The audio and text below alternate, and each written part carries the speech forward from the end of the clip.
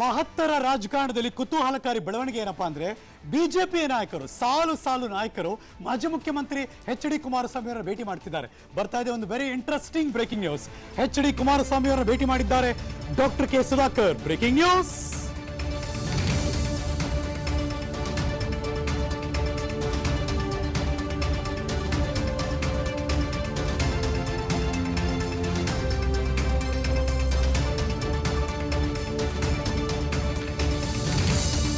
ಈಗ ರಾಜಕೀಯ ಪಡಸಾಲೆಯಲ್ಲಿ ಇದ್ದಿರುವಂತಹ ಸುದ್ದಿ, ಬಿಜೆಪಿ ನಾಯಕರಿಗಿಂತ ಎಚ್.ಡಿ. ಕುಮಾರಸ್ವಾಮಿ ಪವರ್ಫುಲ್ ಆದ್ರ ಅಂತ.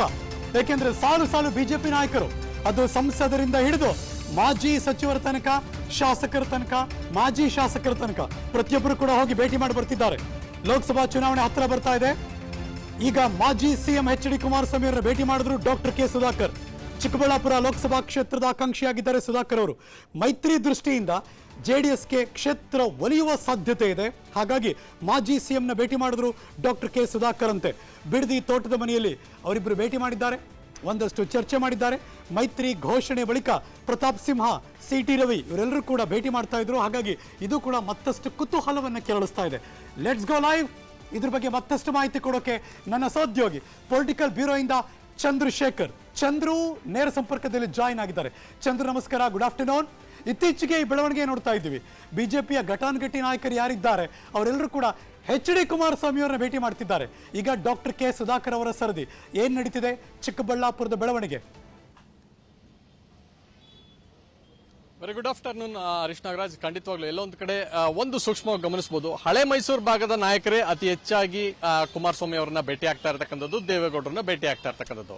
ಸೊ ಅದರಲ್ಲಿ ಪ್ರಮುಖವಾಗಿ ಯಾರೆಲ್ಲ ವಿಧಾನಸಭಾ ಚುನಾವಣೆಯಲ್ಲಿ ಸೋತಿದ್ದಾರೆ, ಮತ್ತೆ ಮುಂದೆ ಲೋಕಸಭಾ ಚುನಾವಣೆ ಅಭ್ಯರ್ಥಿ ಆಗಬೇಕು, ಟಿಕೆಟ್ ಗಳಿಸಬೇಕು ಅನ್ನುವಂಥ ನಾಯಕರೇ ಅತಿ ಹೆಚ್ಚಾಗಿ ಕುಮಾರಸ್ವಾಮಿ ಅವ್ರನ್ನ ಭೇಟಿ ಆಗ್ತಾ ಇರ್ತಕ್ಕಂಥದ್ದು. ಈಗಲೂ ಕೂಡ ಅದೇನೆ, ಇತ್ತೀಚೆಗೆ ಹಲವು ನಾಯಕರು, ಸಿ.ಟಿ. ರವಿ ಅವರು ಸೇರಿದಂತೆ ಪ್ರತಾಪ್ ಸಿಂಹ ಇವರೆಲ್ಲರೂ ಕೂಡ ಭೇಟಿಯಾಗಿದ್ರು.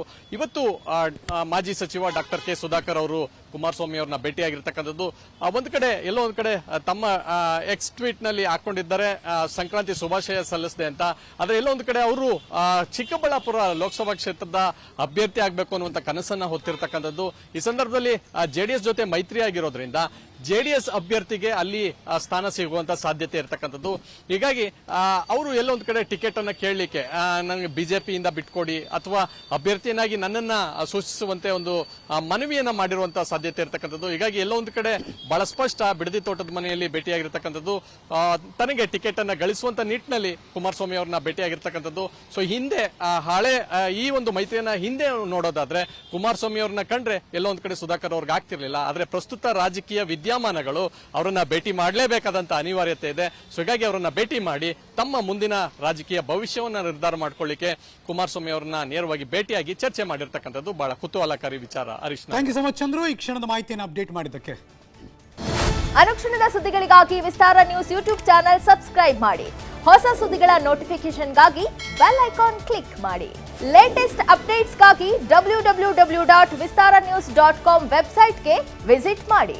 ಅಂಗೈಯಲ್ಲೇ ಜಗತ್ತಿನ ಸುದ್ದಿ ತಿಳಿಯಲು Vistara news Kannada app download ಮಾಡಿ.